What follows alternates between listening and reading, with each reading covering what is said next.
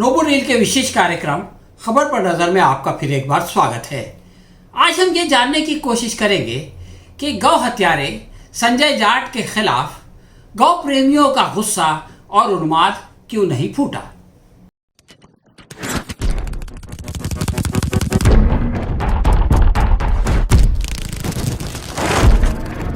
दोस्तों, योगी आदित्यनाथ ने अपने कार्यकाल में सबसे अच्छा काम ये किया कि आगरा पुलिस के द्वारा गौ हत्या करने वाले अखिल भारत हिंदू महासभा के राष्ट्रीय प्रवक्ता संजय जाट को दूसरे पदाधिकारियों के समेत गिरफ्तार करवा दिया। ये लोग रामनवमी के अवसर पर माहौल खराब करने का ओछा प्रयत्न कर रहे थे, जिसका पर्दाफाश नहीं होता तो रमजान और ईद का त्यौहार जातीय दंगों की नजर हो जाता, यानी जातीय दंगों के निगल जाते।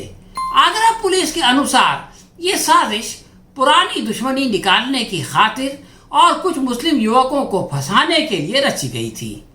चोरी और सीना जोरी करने वाले अखिल भारत हिंदू महासभा के जितेंद्र कुशवाहा ने खुद पुलिस स्टेशन में जाकर इसका आरोप मोहम्मद रिजवान, मोहम्मद नकीब और मोहम्मद शानू पर लगा दिया, परंतु पूछताछ में पता चला कि आरोपियों का इससे कोई संबंध नहीं था।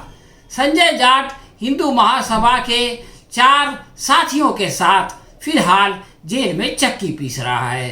समाजवादी पार्टी के नेता अखिलेश यादव ने इस धोखाधड़ी को बेनकाब करने वाले पुलिस अधिकारियों की महिमा मंडन की, परंतु ये संगीन मामला केवल निजी दुश्मनी तक सीमित नहीं था। पुलिस के अनुसार रामनवमी परेड के दौरान अखिल भारत हिंदू महासभा ने दंगा भड़काने के लिए ये काम किया था। वो लोग आगरा के सामाजिक सौहार्द को बिगाड़ना चाहते थे। संजय जाट इस वर्ष फरवरी में मवेशी ले जाने वाली गाड़ियों को रोककर तावान बटोरने के आरोप में गिरफ्तार हो चुका है। उत्तर प्रदेश में गौ हत्या के अपराध की अधिकतम सजा 10 साल और 5 लाख रुपये तक जुर्माना है। जाट पर तो अमन और शांति भंग करने का भी आरोप है, इसलिए जहां बेशुमार निरपराध लोगों पर यूएपीए जैसे क्रूर कानून लगाया गया, वहीं इस पर और इसके साथियों पर भी ये लगना चाहिए। उत्तर प्रदेश में तो बाबा जी का बुलडोजर भी चलता है और उसको चलाकर खूब प्रचार किया जाता है। क्या योगी जी का बुलडोजर संजय जाट और उसके साथियों की प्रॉपर्टी को रौंदेगा? अगर ऐसा नहीं हुआ तो भेदभाव का आरोप खुद योगी पर लग जाएगा। अक्टूबर 2020 में इलाहाबाद हाई कोर्ट ने राज्य के भीतर यानी उत्तर प्रदेश के भीतर गौ सुरक्षा एक्ट के दुरुपयोग पर चिंता जताते हुए कहा था कि यूपी में निरपराध लोगों के विरुद्ध इस कानून का नाजायज इस्तेमाल किया जा रहा है। जस्टिस सिद्धार्थ ने कहा था कि जब भी मांस मिलता है इसको फॉरेंसिक लैब में जांच कराए बगैर गाय का मांस कह दिया जाता है और बेकसूर आरोपी को ऐसे अपराध में जेल भेज दिया जाता है जो उसने किया ही नहीं। गौ रक्षा एक्ट के तहत जेल में कैद रहीमुद्दीन की जमानत मंजूर करके उन्होंने कहा कि उसकी एफआईआर में उसके खिलाफ न तो कोई खास इल्ज़ाम था और न वो मौके वारदात पर पकड़ा गया था। पुलिस ने ये जानने का प्रयत्न भी नहीं किया कि वो मांस गाय का है या नहीं। उसको फॉरेंसिक लैब में यानी मांस को फॉरेंसिक लैब में भेजने के बजाय आरोपी को जेल भेज दिया गया। प्रशासन में सारे पुलिस अधिकारी न तो आगरा के आर.के. सिंह जैसे और न ही सारे जज जस्टिस सिद्धार्थ की भांति बहादुर और निष्पक्ष होते हैं। सितंबर 2021 में इलाहाबाद हाई कोर्ट के जस्टिस शेखर कुमार यादव के सामने 6 महीने से जेल में बंद संभल के जावेद का केस आया। इन पर उत्तर प्रदेश गौ सुरक्षा कानून का मामला था। जावेद का कहना था कि उनके विरुद्ध पुलिस ने मिली भगत से झूठा केस दायर किया है और वो उस जगह मौजूद ही नहीं थे जहां कथित गौ हत्या की गई। इलाहाबाद हाई कोर्ट के जस्टिस शेखर कुमार यादव ने कहा, प्रथम दृष्टि वो अपराधी नजर आते हैं और अगर उन्हें जमानत पर रिहा कर दिया गया तो वो फिर से वही अपराध करेंगे। इससे समाज में तनाव निर्माण होगा। इस प्रकार कल्पना के आधार पर बेकसूर को फिर से जेल भेज दिया गया। बात यहीं खत्म नहीं हुई, बल्कि जज साहब ने भारतीय संस्कृति का अटूट हिस्सा गाय को बताया और केंद्र सरकार से कानून बनाकर गाय की रक्षा को हिंदुओं का मूलभूत अधिकार बनाने की गुहार लगा दी। अपनी इस सलाह के समर्थन में उन्होंने गाय को राष्ट्रपति घोषित करने का आग्रह भी किया। उनके अनुसार जब देश की संस्कृति और आस्था को चोट पहुंचती है तो राष्ट्र कमजोर हो जाता है। जज साहब ने ये मूल मंत्र दिया कि जब गाय का भला होगा तभी देश का भला होगा। उनके अनुसार गाय के दूध, दही, मक्खन, पेशाब और गोबर 5 चीजों से तैयार होने वाली पंचकाव्यम कई बीमारियों का उपचार है। हिंदू धर्म के अनुसार गाय में 33 कोटि देवी देवताओं का वास होता है। ये जज साहब ने अपने 12 पेजेस के फैसले में लिखा। अपने इस दावे के समर्थन में जस्टिस यादव ने कहा कि गाय का उल्लेख वेद में भी मौजूद है जो हजारों वर्ष पुरानी है। जज साहब अगर वेदों का अध्ययन करते तो उन्हें पता चलता कि वो किस परिप्रेक्ष्य में है और उसका गौ हत्या से कोई संबंध नहीं है।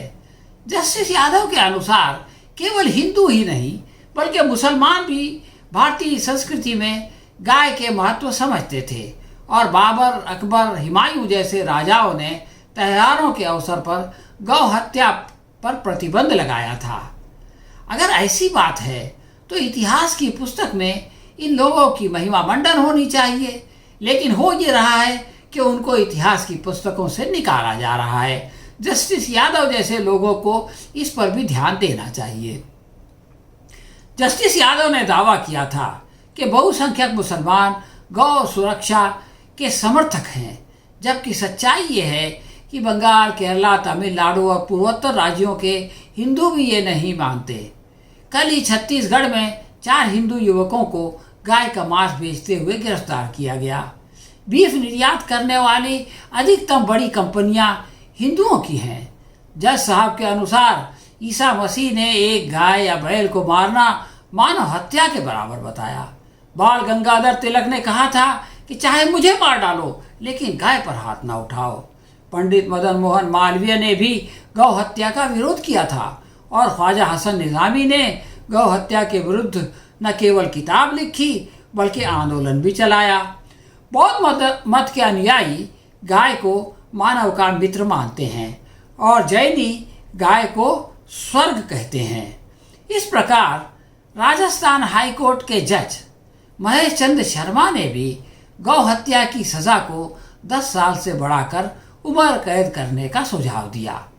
जस्टिस यादव और जस्टिस शर्मा को न जाने किस वैज्ञानिक ने कह दिया कि गाय ऑक्सीजन लेकर ऑक्सीजन छोड़ती है। लोग अगर इस पर विश्वास कर लेते तो कोरोना के ज़माने में ऑक्सीजन सिलेंडर की कमी के दौरान हर मरीज गाय से लिपट कर अपना श्वास ठीक कर लेता। शर्मा जी ने यह आविष्कार भी किया कि किसी रूसी वैज्ञानिक के अनुसार घर की दीवारों पर गाय का गोबर लेप करने से जो हानिकारक रेस सूरज से आती हैं, क्रूर किरण जिनको कहते हैं, उनसे सुरक्षा मिलती है। जून 2017 में जस्टिस शर्मा ने अपने रिटायरमेंट से एक दिन पहले गाय को एक चलता फिरता अस्पताल बनाकर पेश किया। उनके अनुसार गाय के पेशाब से न सिर्फ हृदय, पित्ता और दिमाग स्वस्थ रहते हैं बल्कि पिछले जन्म के पाप भी धुल जाते हैं।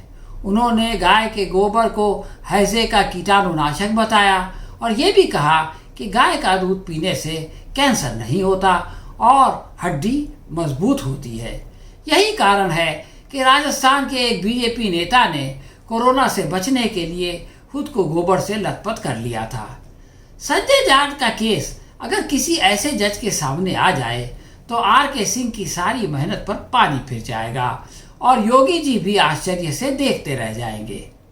आखिरी प्रश्न ये है कि देश में गौ प्रेम करने वाली अखिल भारत हिंदू महासभा के अलावा और भी बहुत सारे संगठन हैं। इनमें से किसी ने इसकी भर्त्सना क्यों नहीं की? विश्व हिंदू परिषद और बजरंग दल का गाय से प्रेम कहाँ चला गया। इन लोगों ने मोहम्मद अखलाक को केवल गौमांस रखने के शक में मार डाला था। पहलू खान से आशंका थी कि वो गाय की हत्या कर देगा, इसलिए उनकी मॉब लिंचिंग कर दी गई। हालांकि वो दूध का व्यापारी थे और सरकारी मंडी से गाय खरीद कर ले जा रहे थे, फिर भी उनको मार डाला गया। परंतु संजय जाट के विरुद्ध वो उन्माद नहीं फूटा, उसका बाल बीका तक नहीं हुआ।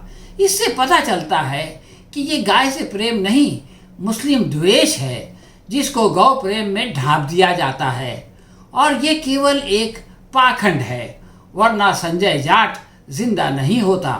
हाँ तो दोस्तों, ये थी हमारी आज की समीक्षा। आपको कैसी लगी हमें कमेंट बॉक्स में लिख के बताएं। अगर पसंद आई हो तो लाइक या शेयर करें। हम बहुत जल्द किसी और विषय पर आपसे फिर मिलेंगे। तब तक के लिए आज्ञा दीजिए। धन्यवाद।